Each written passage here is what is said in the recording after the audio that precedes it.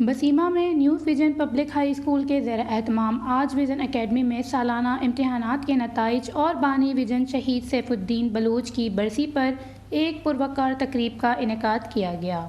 تقریب میں سماجی شخصیت اور ویژن کے بانی رہنما ڈاکٹر محمد ظریف عیسیٰ نے مہمان خصوصی کے طور پر شرکت کی۔ تقریب میں مختلف اداروں کے عہدیداران سمیت اہل علاقہ، طلباء اور پارٹیز کے سربراہان بھی شریک ہوئے۔ تقریب سے خطاب کرتے ہوئے ڈاکٹر محمد ظریف عیسیٰ زئی اور دیگر کا کہنا تھا کہ بسیما میں علم اور ذہانت کی ترقی اور سربلندی کے لیے شہید سیف الدین نے ویژن کی بنیاد رکھنے کے لیے انقلابی قدم اٹھایا ہے، جو رہتی دنیا تک یاد رکھا جائے گا، کیونکہ شہید سیف الدین وہ عظیم انسان تھے جو اعلیٰ تعلیم کے لیے بے پناہ محنت کر کے ایک اعلیٰ مقام تک جا پہنچے۔ ان کا تعلق ایک انتہائی غریب گھرانے سے تھا۔ نچلے طبقے کی احساس محرومی، غربت، بھوک، افلاس اور لاچارگی کا احساس تھا۔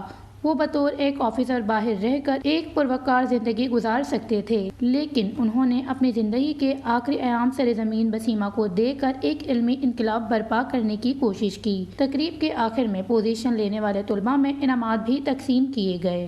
Wash News, Basima, Balochistan.